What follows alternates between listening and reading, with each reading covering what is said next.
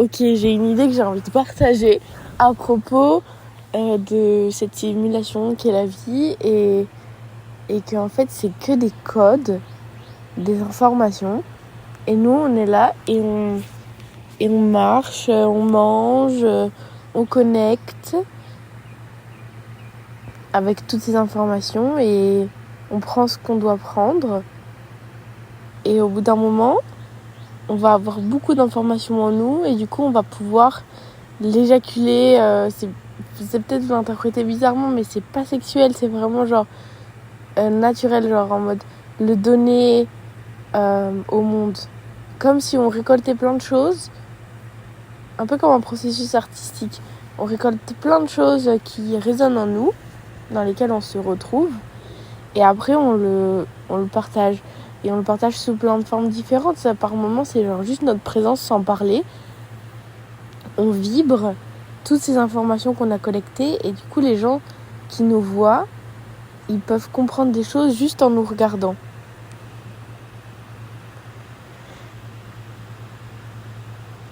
Je trouve ça trop intéressant.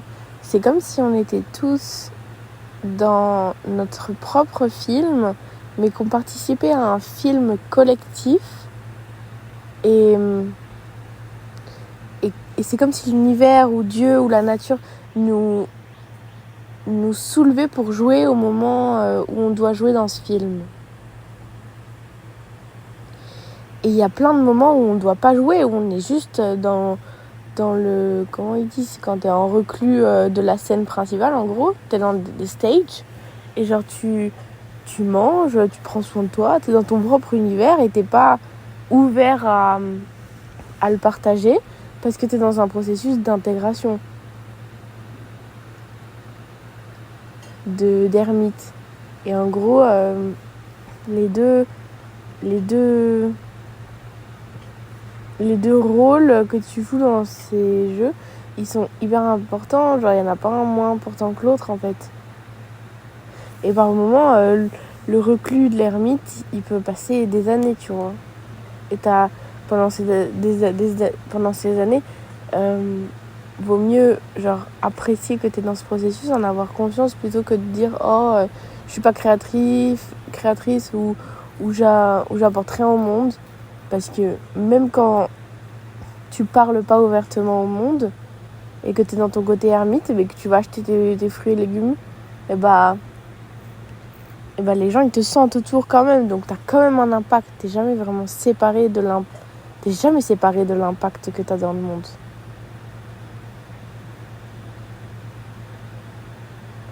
Il y a une espèce d'abondance qui est tout le temps,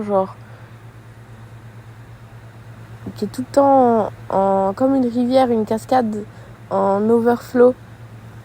Ou même si t'es pas vraiment ouvert au monde, vibrationnellement, t'es impactante et tu participes à la musique invisible de l'humanité et de la planète.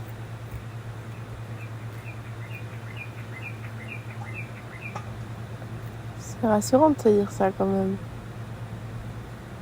Et c'est beau de se dire que tout ce qui nous arrive personnellement est intimement connecté au collectif, que ce soit le positif et le négatif. C'est vraiment intimement connecté. Parce que non seulement on est un, et même si t'as tes vraiment personnel, ton histoire elle est là parce que elle est connectée aux autres humains. Parce que on est tous des miroirs l'un pour l'autre. Et ton histoire, elle va résonner dans l'histoire des autres.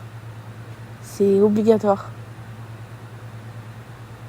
Il n'y a pas une chose qui n'a pas cette mission de résonner avec les gens. Et du coup, c'est pas du tout par rapport à avoir des vues sur ses stories, sur ses créations, ou vendre, ou... C'est vraiment genre quand toi tu te laisses pénétrer par l'esprit de Dieu ou de l'univers qui a envie d'illuminer consciemment ou inconsciemment, genre physiquement ou spirituellement le monde.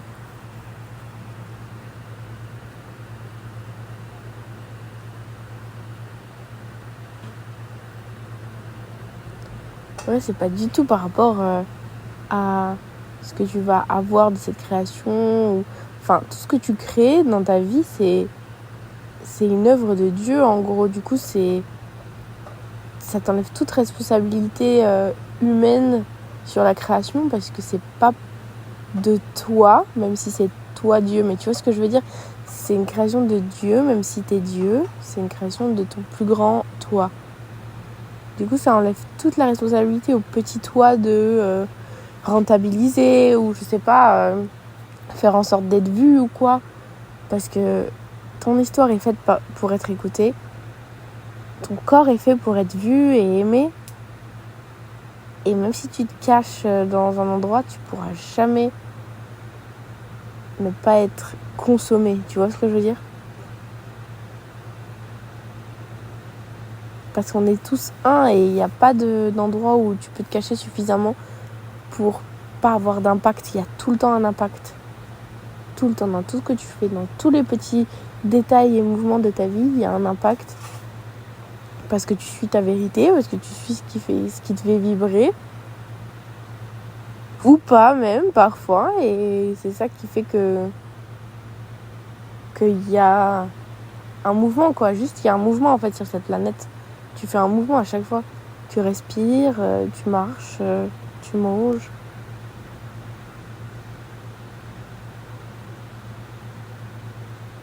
C'est trop beau. Et aussi de se dire que, par exemple, je le vois un peu comme de cette manière. La mer, l'océan, il a des vagues, ok ? Les vagues, elles sont causées par les marées. Et les marées, elles sont causées par la lune, par le magnétisme de la lune. Donc en fait, la lune, ce qu'elle fait, c'est qu'elle contracte et elle relâche. Elle contracte et elle relâche. Et ça, toujours sans s'arrêter. C'est l'énergie féminine du mouvement qui fait des changements ici, qui naturellement est la force créatrice de la vie.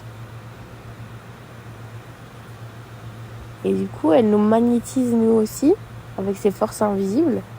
Pour ça, je dis que la lune, elle a une lumière, sa propre lumière à elle-même. Elle reflète peut-être la lumière du soleil, mais elle crée sa propre lumière à elle, qui est une lumière vibratoire et intuitive. Et en fait, elle fait ses mouvements en nous aussi, en nos océans à l'intérieur de nous, nos émotions. Elle nous met en énergie in motion. C'est ce mouvement émotionnel qui nous fait vivre, sentir des choses, faire du mouvement et partager. Ma voix, elle est rythmée par ces vagues de la lune. Tu vois, c'est trop beau de me dire. À chaque fois, je connecte avec la lune. Oh mon Dieu, mais qu'est-ce qu'elle est belle. Qu'est-ce qu'elle est belle. Et la lune, du coup, elle t'enseigne là tout de suite que elle a son impact, même si c'est que vibrationnel. Tu le vois ? Tu vois pas la lumière physiquement comme la lumière du soleil quand je parle de mouvement émotionnel. Tu le vois pas. C'est pas une lumière physique que tu vois à l'œil nu. C'est une lumière que tu ressens à travers l'intuition, à travers tes paysages internes, tes mémoires internes. Tout ça, c'est vraiment le côté mystique de la lumière.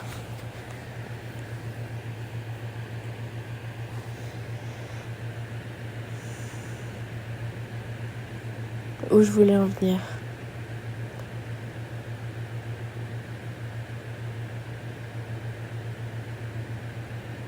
Que oui, dans tous les cas, tu brilles. Dans tous les cas, tu donnes ta lumière. Si c'est juste comprendre quelque chose intuitivement en toi.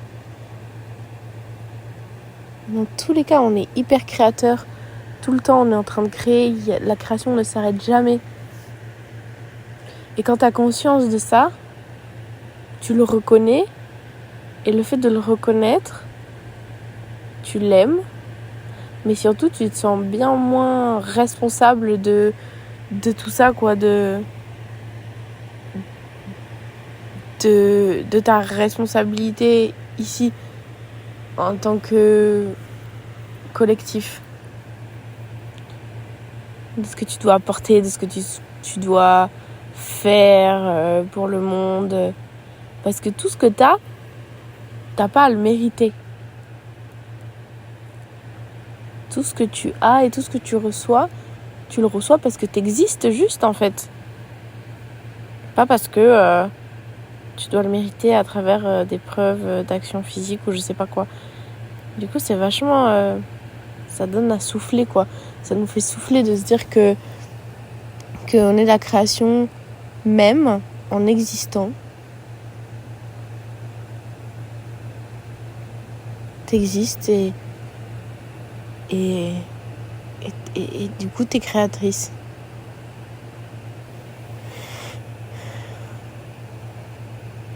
C'est un espèce de mouvement entre donner et recevoir qui se passe constamment. Juste il faut le reconnaître pour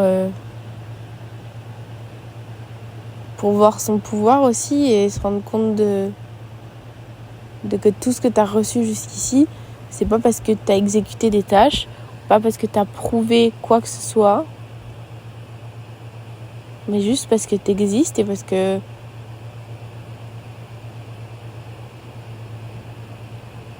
c'est ton dû, c'est à toi en fait, tu as besoin de ce truc pour ton chemin, pour ton rêve.